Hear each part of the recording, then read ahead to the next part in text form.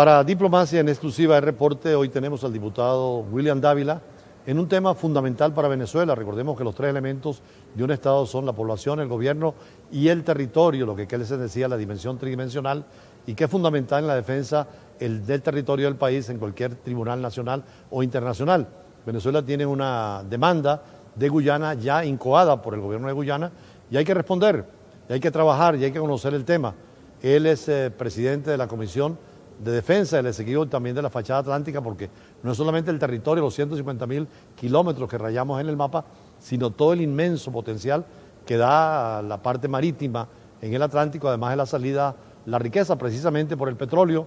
Guyana, bajo una falsa impresión, ha venido presionando a Venezuela y nos ha llevado a la Corte Internacional de Justicia, desconociendo el Acuerdo de Ginebra de 1966 y queriendo volver a una situación del laudo arbitral de 1989 que firmó Gran Bretaña con Venezuela, pero que para Venezuela es nulo e írrito constitucionalmente. Por eso, doctor Dávila, ¿cuál es el trabajo que ustedes están haciendo en el Parlamento? Bueno, muchas gracias, Julio, por esta invitación. La Asamblea Nacional ha tenido una posición sistemática, muy reiterativa, en el sentido pues, de ir reafirmando con actos legislativos lo que pudiéramos decir una doctrina legislativa nacionalista en el tema del Esequibo y la Fachada Atlántica. Hemos mantenido muy claro lo siguiente.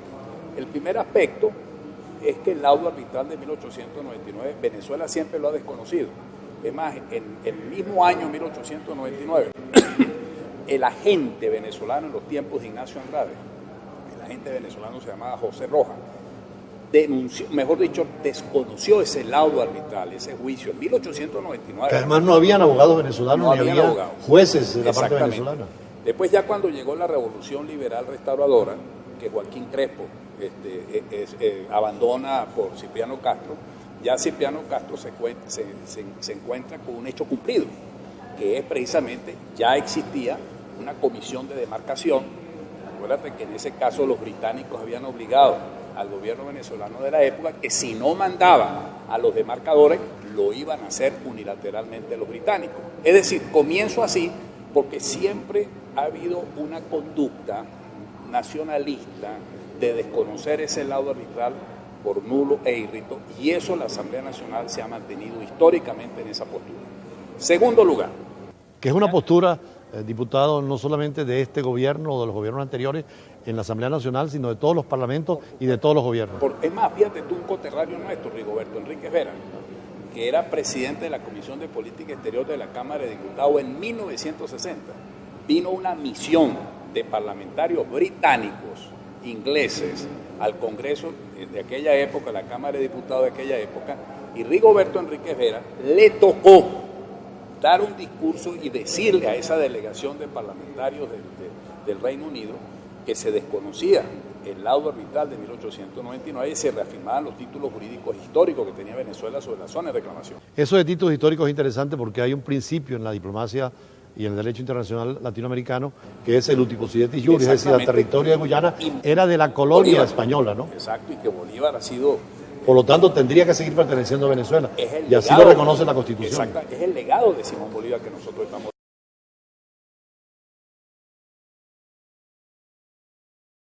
Bueno, ese es después de la historia de Venezuela, todos los gobiernos han sido claros. De hecho, se llega en 1966 a un convenio de Ginebra donde se sienta Gran Bretaña y Venezuela y lo que va a ser Guyana después, independiente. Entonces, Julio, ahí viene un punto. Algunos historiadores han dicho que en el Acuerdo de Ginebra, cuando te dice que si no se llega a una solución amistosa, entonces se remitía el caso a la Secretaría General de las Naciones Unidas, claro, para que asumiera o aplicara alguno de los elementos establecidos en el artículo 33 de la Carta de las Naciones Unidas. Entonces ahí se habla del arreglo judicial. Me imagino porque que está comprendido en el artículo 33. Ese es uno de los argumentos que está utilizando Guyana, la República Cooperativa de Guyana, para decir que ya en el Acuerdo de Ginebra se estaba reconociendo la jurisdicción de la Corte Internacional. Pero resulta que como en derecho las cosas tienen que quedar bien claramente establecidas, el protocolo facultativo que establece la cláusula facultativa no obligatoria, es como redundante la cuestión, en lo que corresponde a la jurisdicción de la Corte Internacional de Justicia, nunca lo firmó Venezuela. Y el artículo 36 del Estatuto de la Corte Internacional de Justicia no nos obliga a nosotros como Estado que tenemos que reconocer la jurisdicción de la Corte. Entonces, eso ha sido la posición sistemática, tanto de la Asamblea como del Estado de Venezuela. Que además otro argumento es el Pacto de Bogotá, donde varios estados latinoamericanos sí nosotros reconocen automáticamente la jurisdicción de la Corte, pero Venezuela no lo suscribió, por lo tanto no está obligada. Exacto, entonces es muy importante porque este es un programa que tiene resonancia internacional, que seguramente le va a llegar a magistrados de la Corte Internacional de Justicia, a las Naciones Unidas, en fin.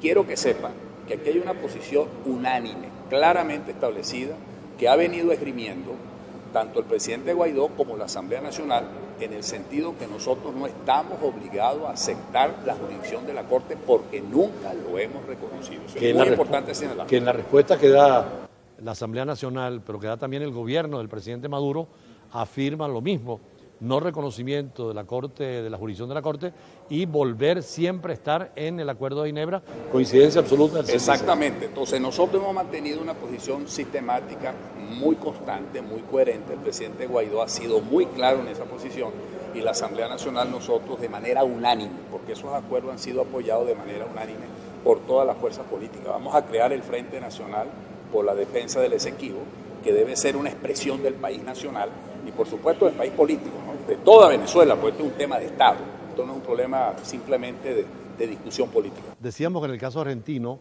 se ha malvinizado la política exterior, y eso que las Malvinas son unos 13.000 kilómetros que reclama Argentina. Incluso en Europa, ahora que se rompe la salida de Gran Bretaña a la Unión Europea, España reclama el Peñón de Gibraltar, que son 7 kilómetros cuadrados. Venezuela ha descuidado esa política.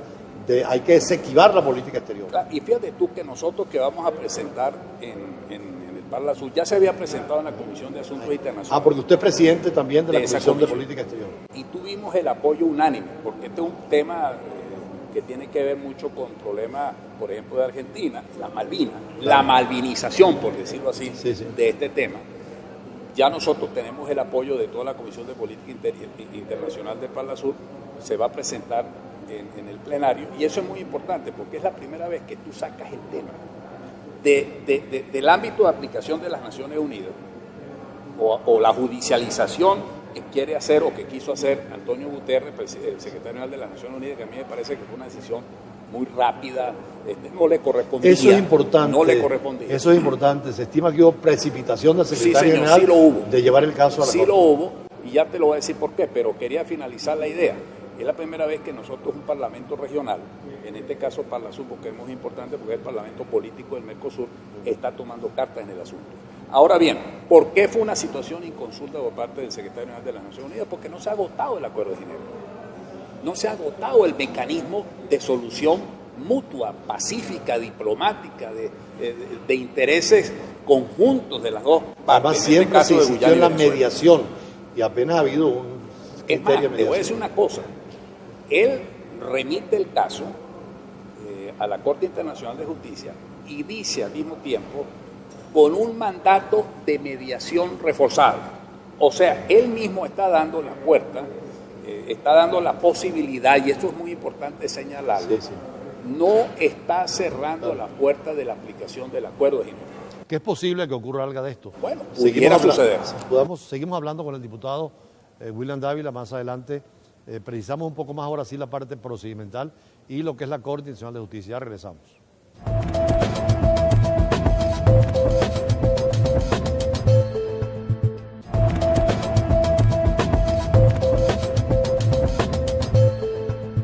En la ciudad de La Haya, en Holanda, hay dos cortes, la Corte Internacional de Justicia, pero también la Corte Internacional Penal, la penal para perseguir crímenes y delitos internacionales, 4 que establece el Estatuto de Roma de 1988.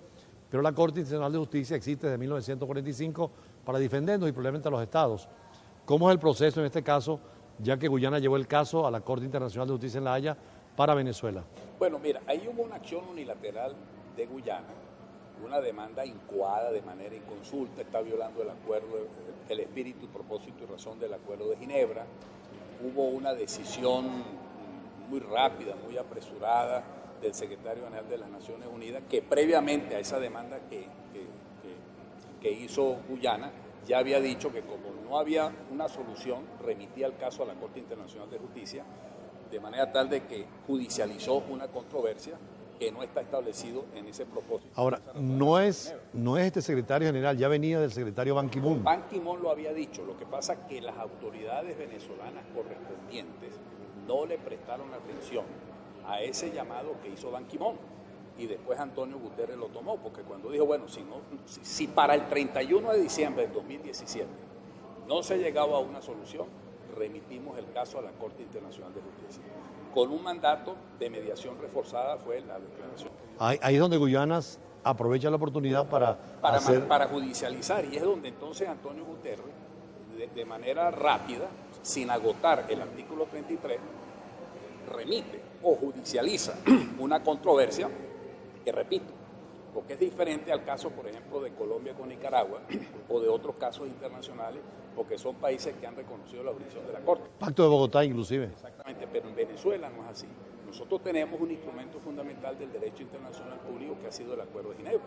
El espíritu y propósito y razón del Acuerdo de Ginebra no era llegar a una controversia judicial, no llegar a un juicio, sino antes, por el contrario, buscarle una solución práctica, satisfactoria, porque ¿cuál es la solución ideal? Eso es de Venezuela, y que Venezuela debería tener el territorio del Esequibo. Eso siempre fue una posición histórica de nosotros, pero por las circunstancias del hecho mismo, que esos 156.000 kilómetros están en posesión de la República Cooperativa de Guyana, pues el Acuerdo de Ginebra permitía que con creatividad diplomática se le buscara una solución a los intereses comunes de ambos países. En este caso, el criterio nacionalista que ha tenido la Asamblea Nacional es considerar que el Acuerdo de Ginebra es pertinente y que judicializar la controversia viola el Acuerdo de Ginebra. Sí, por eso hemos señalado siempre que nos gustó mucho el Twitter del presidente Guaidó de la Asamblea Nacional, y también reconocido por muchos estados como presidente, pero también nos interesa como especialistas o analistas internacionales la voluntad del gobierno nacional, tanto de la Cancillería, del canciller Arreaza, como del presidente Maduro,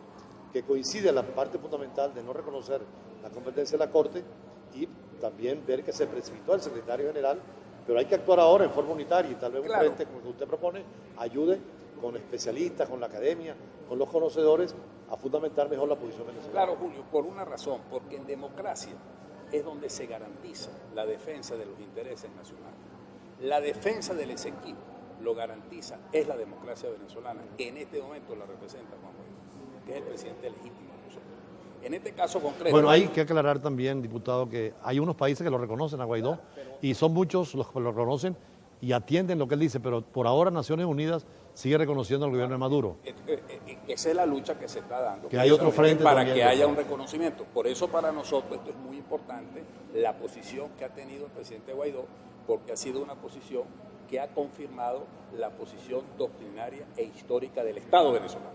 Bueno, que también el gobierno coincide en este caso con lo que ha sido la posición de los gobiernos anteriores, sobre todo muy activo desde que se creó Naciones Unidas, cuando hubo la posibilidad de plantear el caso en el 62 ante la Asamblea General, y después el que la comunidad internacional presionara para sentar a Gran Bretaña con Venezuela, y allí, por cierto, se aprueba el acuerdo, pero también hay la salvedad venezolana de que el Esequibo sigue siendo venezolano. Fíjate tú que cuando yo te digo que en democracia donde más se garantice, en las dictaduras, eso no ha ocurrido, que desafortunadamente en los 30 y pico de años, en todo el tiempo que duró la dictadura de Juan Vicente Gómez, no hubo una posición clara en lo que corresponde a la defensa del Esequibo. Medina Angarita comenzó a desempolvar la situación. Ya sabemos lo de quien fue el abogado en aquella época. Es interesante ese dato de Malé Prevost, el norteamericano. Exactamente, donde él saca a colación todo lo que allí sucedió, e incluso pudieron haber llegado hasta Upata. Porque si eran las aspiraciones de la Gran aspiración Bretaña. Era llegar a la boca el Orinoco, todo, sí. Bueno, yo creo que en este momento es muy importante esta situación, y es importante lo que tú acabas de señalar, porque la Corte Internacional de Justicia ventila los casos entre Estados. La Corte Penal Internacional ventila los responsabilidades casos de pero porque la gente a veces se confunde. Y yo a veces he visto que incluso en declaraciones se dice que la Corte Penal Internacional no, es la Corte Internacional de Justicia, que es el órgano judicial que tiene la nación. Por eso ustedes han venido haciendo encuentros, charlas, conferencias, yendo a los medios de comunicación para ayudar a esa formación nacionalista en materia de territorio. Tenemos un taller próximamente en donde vamos a analizar el tema procedimental. El proceso es muy importante en los juicios, usted siempre lo ha señalado. Porque Eliezer Gaitán decía, el procedimiento en democracia es ley. En este caso concreto tenemos que estar claros en el procedimiento. De hecho es procedimental. De hecho es procedimental todo lo que sea la plausibilidad, porque no hay posibilidad de una salida jurídica y la parte procedimental sería primera en la Corte si es competente o no y si es admisible o no la demanda de Guyana. Ahí hay un tema interesante, que es lo que llaman los expertos en la materia los proceedings. El proceeding está integrado por la discusión sobre la jurisdicción y los méritos de la demanda, es decir, los hechos y los derechos. En ese proceeding justamente estamos en este momento. Ahora bien, repito, como nosotros nunca hemos reconocido la jurisdicción de la Corte, esa ha sido la posición reiterativa, que es la correcta, porque es el artículo 36 del Estatuto de la Corte que nos da a nosotros el pie para reafirmar nuestra posición de no reconocerlo. Hay algunos juristas y politólogos y diplomáticos que dicen que, dado que el territorio es tan importante, es elemento esencial del Estado, no puede dejarse a terceros decisiones sobre el territorio, sino que las partes, y de la vía pacífica, como está establecido en la Convención de Ginebra, llegar a acuerdo, que es lo que es la mediación que está planteada, bajo, por supuesto, la observación de Naciones Unidas. Así es, pero fíjate tú que aquí ha habido gente muy preparada en Venezuela en materia de derecho internacional público. A veces se recurre a expertos extranjeros, etcétera, ¿no? Una de las ideas de la Asamblea Nacional y de la Comisión es desempolvar, llamar a tantos expertos venezolanos, profesores de la Católica, profesores de la Universidad Central, de la Universidad de los Andes, de muchas universidades del país, que han venido estudiando este tema. A lo mejor en algunos casos no tienen la experiencia procedimental de juicios en la Corte Internacional de Justicia, pero son personas que han estado en conocimiento de la jurisprudencia. Además tenemos gente experta, tienes al embajador Víctor Ramírez y mucha gente, Víctor Rodríguez, pero que es experto, es asesor de la comisión.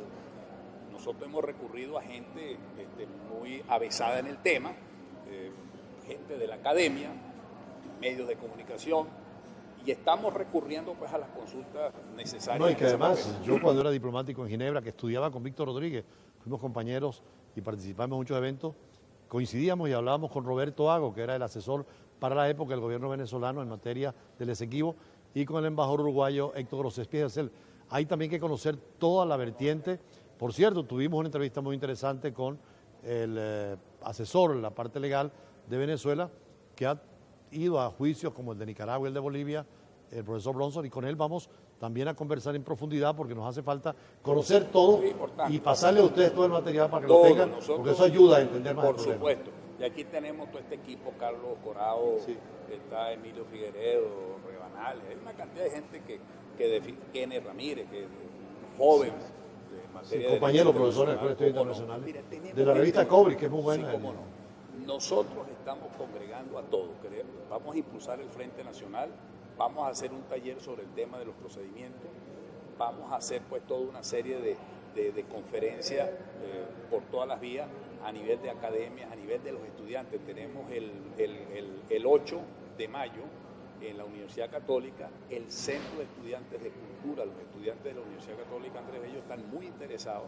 en un tema, en una discusión, en un foro sobre esta materia, igualmente en mi universidad en los Andes, en Mérida, y en otras universidades del país, porque este es un tema y llega a la fibra nacionalista de cada uno de nosotros y debemos llevarlo de una manera tal, con folletos sencillos, que la gente sepa qué es lo que se está discutiendo a nivel de la Corte Internacional de Justicia y qué es lo que nosotros estamos defendiendo. Por cierto, en Diplomacia en exclusiva y para el reporte, hicimos una entrevista a uno de los abogados más conocedores de esta materia, español, profesor de Derecho Internacional, profesor Rotos, y le vamos a hacer conocer también, y se la vamos a hacer llegar a ustedes, es material de estudio, todo lo que se pueda abundar, explicar y llegar a acuerdos que son necesarios para Venezuela. Vamos a la última parte de nuestra entrevista con el diputado William Dávila y queremos en esta parte cómo conciber ese Frente Nacional de Defensa, tanto en el fondo de la materia como en esta parte procedimental ante la Corte Internacional de Justicia. Ya regresamos.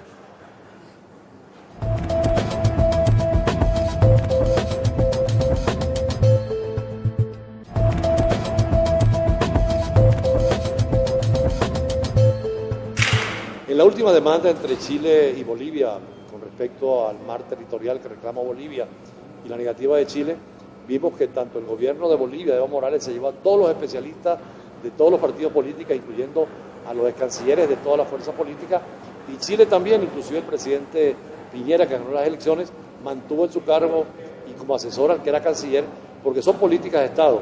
Es bueno diferenciar en estos casos, diputado, lo que es política de Estado y política de gobierno, y cómo la frontera, que es una cosa histórica y trascendente, tiene que ser llegar a acuerdos, y por eso el Frente Nacional puede ayudar. Bueno, recuerda que aquí hubo la Comisión Nacional de Frontera, que la presidió el doctor Ramón J. Velázquez. Claro.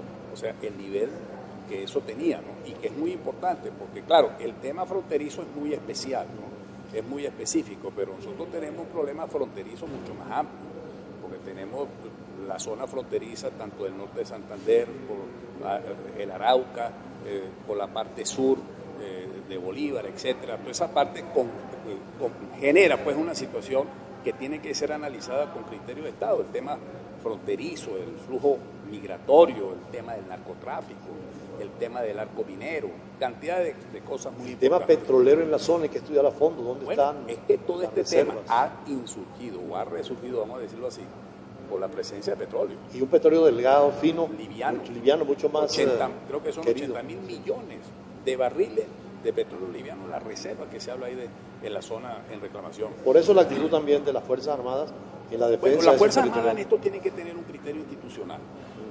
Tienen que ser más activos. Ellos han hecho patrullaje, ¿no? Y nosotros incluso en los acuerdos últimos hemos reconocido la labor de patrullaje. Pero es muy importante que las Fuerzas Armadas entiendan que esto es un problema de Estado, que no pueden quedarse callados, que tienen que ser activos, porque aquí hay dos figuras que en derecho internacional tienen mucha importancia, que es la figura del estoppel y la figura de la aquiescencia. Esas son dos cosas, dos figuras que tienen que tener mucho cuidado. Sí, lo de unilateral muchas veces crea derecho en derecho internacional. Por eso mira que la Asamblea Nacional ha sido cuidadosa en ese sentido como el principal poder público originario de la soberanía popular, y el presidente Guaidó en su comunicado que sacó hace aproximadamente 15 días fue muy claro en mantener esa doctrina de la democracia. El frente, como dijiste tú al principio, de este negro, como dicen los técnicos en esta materia, el Frente Nacional va a fortalecer ese espíritu de lucha democrática que se ha tenido en el tema del Esequibo. Desde el momento mismo en que en los últimos 60 años, cuando Rómulo Betancourt denunció el laudo arbitral, y eso después terminó en el Acuerdo de Ginebra ya en el año 1966, siendo Raúl Leónez el presidente, y toda la posición pues que se ha mantenido al respecto por los vaivenes que han habido y las discusiones en el proceso democrático de algunas decisiones que han criticado, como el caso, por ejemplo, el protocolo de Puerto España y esas cosas.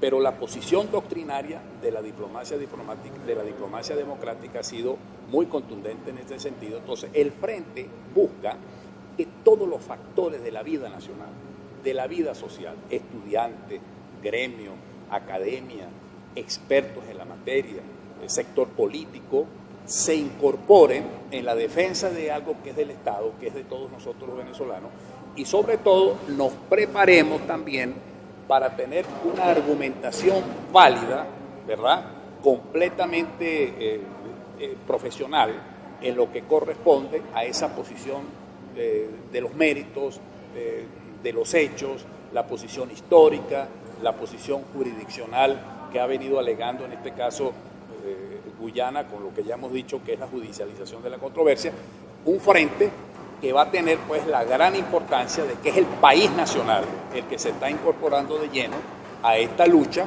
que nos adentra en lo más propio pues del corazón y del alma nacional, porque se trata de algo que no nos pertenece solo a esta generación, sino que le pertenece a las generaciones de venezolanos por venir, de los jóvenes que realmente pueden ver ahí una gran posibilidad de desarrollo. Y debo decirte algo, Julio, que nosotros no tenemos una actitud discriminatoria.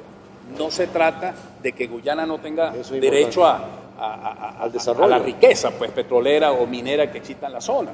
Es decir, pueden existir una serie de mecanismos en ese sentido, pero nosotros lo que estamos es reafirmando nuestro derecho, y por eso que el Acuerdo de Ginebra daba la gran posibilidad, o da la gran posibilidad, de establecer mecanismos. Y cuidado, si la misma Corte Internacional de Justicia, cuya jurisdicción nosotros no reconocemos, de acuerdo con el artículo 36, nos da ese derecho del Estatuto de la Corte, cuidado, y la misma Corte va a decir, lo pertinente en este caso es que los estados sigan discutiendo. Y en este caso concreto es la pertinencia del Acuerdo de Ginebra. Claro, esto también obliga a una diplomacia mucho más activa en el Caribe sobre todo, y a nivel internacional hacer conocer el problema, como ustedes piensan hacerlo ahora con Mercosur. Sí, porque fíjate tú una cosa, en el caso del CARICOM, ahí hubo la falla de la política exterior que se ideologizó en los últimos tiempos, desde que Chávez estaba en la presidencia, porque más estaban pensando en los factores geopolíticos del CARICOM y descuidaron lo que tenía que ser una política profesional con un servicio exterior profesional, con una nueva Cancillería totalmente profesionalizada, que no quiere decir que profesionalizado sea exclusivamente lo que estudian relaciones internacionales o diplomacia. No, de hecho la ley se modificó para que todo profesional de cualquier universidad, por concurso, eso sí, exactamente, puede entrar al servicio exterior. Incluso hay países en otras partes del mundo que tú puedes ser ingeniero, claro, economista y a lo mejor eres un embajador, Suiza, pero Colombia, entras a hacer los estudios correspondientes y te dan la nivelación académica profesional necesaria para ejercer la función diplomática. Ya que usted que el tema diplomático no quiero dejar de lado lo que se llama diplomacia parlamentaria, porque exactamente, usted está hablando de un tema de alta política internacional, pero es parlamentario. Claro, pero fíjate tú lo importante, nosotros en el Parlasur, que hemos logrado una sensibilización del tema, y estamos hablando de Argentina, que tiene tradición diplomática, estamos hablando de Brasil, te podrás imaginar el poderío que ha tenido Brasil. Tamaratí, que es la gran cancillería. Estamos hablando de Uruguay, que ha tenido una tradición diplomática de muchos años. De manera puede que estamos hablando ahí de Paraguay. ¿Usted va a ser el vocero venezolano en plantear este tema? Sí, cómo no, y ya está. Esa delegación está integrada por Luis Emilio Rondón, Oscar Rondero, Pichardo, Rafael Ramírez, José Sánchez Mazuco, muchos somos los colegas que estamos allí, donde estamos con una posición muy nuestra, muy venezolana, pero obviamente la importancia de defender el derecho de integración, el derecho a la paz, y eso pasa por la defensa de nuestro territorio, de nuestra soberanía y de nuestra integridad. Bueno, muchísimas gracias al diputado William Dávila. Ha sido un recorrido diplomático, jurídico, histórico, político de un tema tan vital para Venezuela como es el tema del Esequibo. Son 156.000 kilómetros cuadrados y la proyección marítima que eso da, la cantidad de recursos materiales, minerales y los recursos, inclusive como él decía, el petróleo que está en el centro del debate, obliga a que Venezuela defienda, y no solamente a nivel interno, sino también en los tribunales internacionales y en los parlamentos, como en el caso que usted va a presentar en Parlasur, nuestro pedido de que ese territorio sea como siempre fue de Venezuela. Es un programa más que acá hacemos en exclusiva, en diplomacia, pero también para R-Reporte. Hasta un próximo encuentro.